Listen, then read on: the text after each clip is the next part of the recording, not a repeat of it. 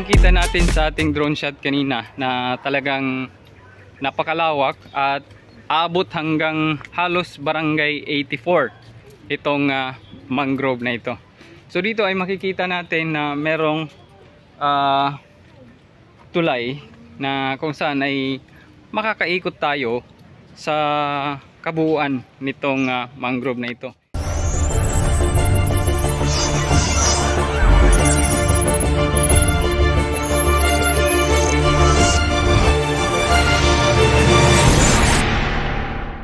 Good morning mga ka-Spidermax! Nandito tayo sa Barangay 83, Paraiso, San Jose, Tacloban City.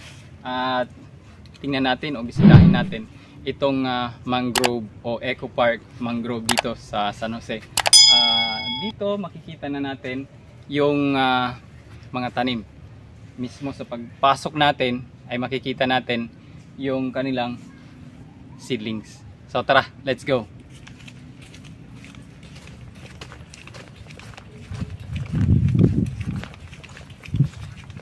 So dito nila tinatanim yung mga seedlings ng samot-saring mangrove at ayon sa aking pagsaliksik ay marami pala ang variant nitong mangrove. At yun nga, makikita natin sa part na ito ay magkaiba-iba po yung itsura ng mga mangrove na ito. So tingnan natin dito banda. Ayan, dito po ang entrance nitong mangrove na ito. At ayon dito sa nakalagay ay meron environmental protection fee para sa mga adult 30 pesos at sa mga student ay 20 pesos. So open ito from 7 AM to 6 PM. Pasok tayo dito. Ayan, dito ay may pathway patungo doon sa pinaka gabaldon nila.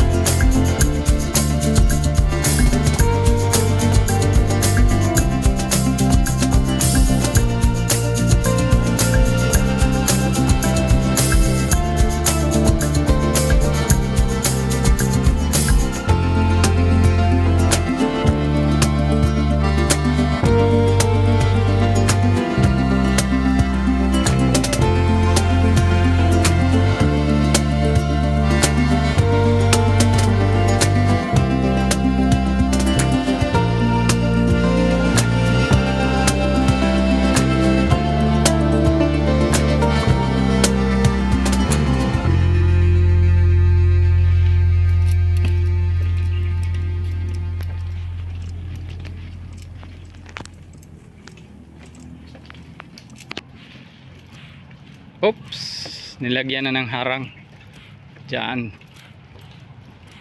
So hindi na tayo makakatuloy. Siya nga pala, ang mga bakawan na ito o mangrove ay may iba't ibang variant. Ayan, ito yung bakhaw lalaki na merong scientific name na Rhizophora apiculata. Ayan. So yung dahon nito ay ganito, para siyang guyabano.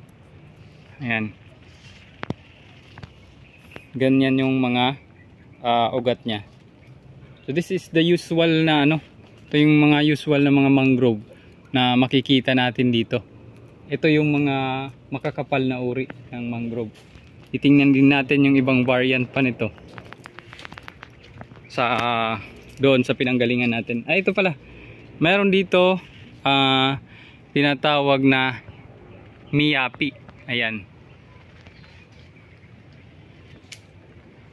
Ayan miyapi na may scientific name na Avicennia officinalis. Hirapan tayo mag nito mga scientific na seminensis, esquivalensis. Ayan.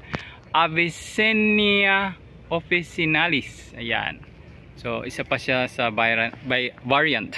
So isa pa sa variant nitong mangrove. Ayan. Ganito naman yung niya. Yung klase ng kaniyang mga ugat. Lubog yung ugat niya. So yung mga dahon naman nila is ganito, medyo maliit. Ayan. So, katabi niya yung bakhaw lalaki. So usually itong mga bakhaw lalaki ang madalas natin makita na mga bakawan. At sa mga nagbabalak ng team building, yung pangdalawahan lang na team building ay akmang-akma dito o bagay na bagay puntahan itong lugar na ito dahil magkakaroon sila ng privacy na team building. Yan. Siyempre, walang gaanong tao kaya magiging maayos ang activity na team building.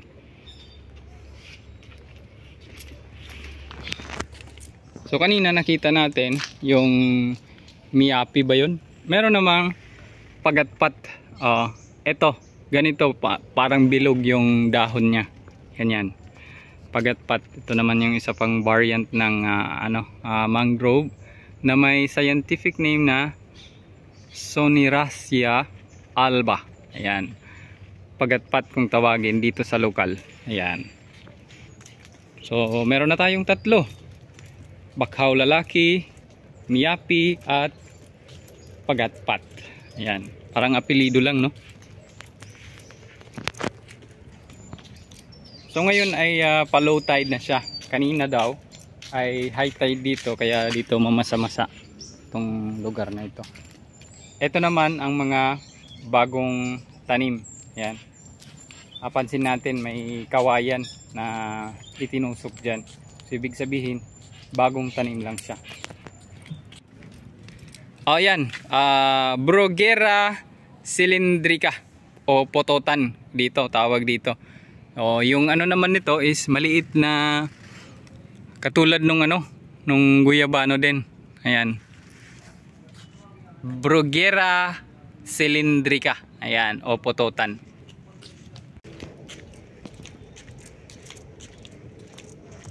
So pababa na ang tubig. So dito naman banda ay makikita natin yung view ng San Jose. Ayan. So nakikita natin doon banda yung maliwanag na yan ay yan po ang barangay 88 ng San Jose. Malapit na yan sa airport. Ayan. So dito napakaganda Sa dulo na yan ay merong mga floating na cottage na nire-rentahan para dito magkaroon ng bonding ang family and friends yan, relatives yan. So hinahatak yan ng mga bangka papunta doon sa gitna o kung saan nila gusto. Ayan. Makikita natin yung downtown Tacloban. Ayan. So dito, ito yung tinatawag na itong dagat na ito, na portion na ito is Cancabato Bay. Ayan. Cancabato. Dito naman, yung proper ng San Jose. Yan po yung barangay 84, 85, 86, barangay 90, ano ba yun, sa baybay. Ayan, nakikita natin yung Iglesia ni Cristo ng San Jose. Ayan. So meron tayo ditong floating cottage na dalawa. Yan, no? Yan.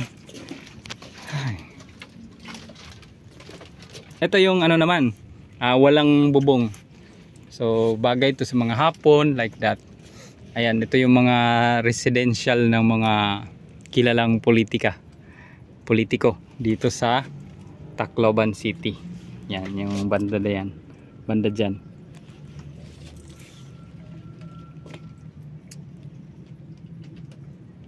Yung nakikita natin na bundok na yan, yan po yung Summer Island na po yan. Yan po ang Basay Samar. Yan.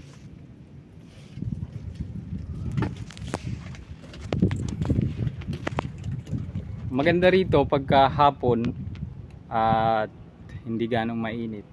Sarap dito mag unwind. Ayan. Makikita natin dito sa bandang gilid, ayan, may mga bagong sibol na na mangrove. Ayan, bagong tanim lang. Siguro mga ilang buwan. Pati doon sa na yun, yung doon sa bandang dyan, ayan may mga kawayan.